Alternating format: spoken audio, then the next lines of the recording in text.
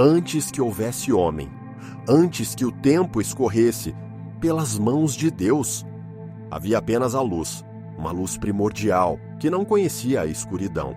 Antes do mundo ser moldado, antes das estrelas brilharem nos céus, havia o vazio e a luz que existia por si mesma.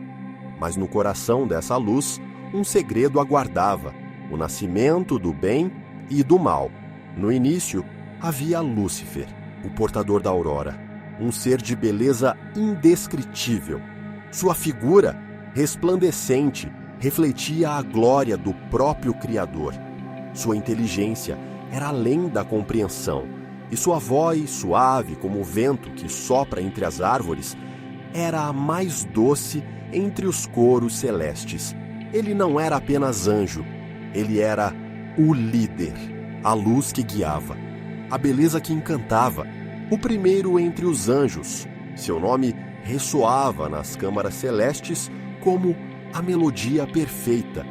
Mas o que é a perfeição, senão o prenúncio da queda? Mas algo começou a crescer dentro de Lúcifer, um desejo profundo e insaciável, o orgulho, e com ele, o primeiro pensamento de rebelião. E a tentação de ser mais do que os outros, mais do que o próprio Criador. As Escrituras sussurram: como caíste do céu, ó Lúcifer, filho da alva. Tu que dizias: subirei acima das estrelas de Deus, exaltarei o meu trono acima das nuvens, serei semelhante ao Altíssimo. Mas ele falhou. O orgulho cega os olhos e a rebelião queima as asas. E então, o impossível aconteceu. O céu, que havia sido seu domínio, se fechou para ele. As asas da rebelião foram consumidas pelo fogo eterno. Lúcifer, o portador da luz, foi lançado ao abismo. Ele caiu. A queda foi mais do que um simples declínio físico.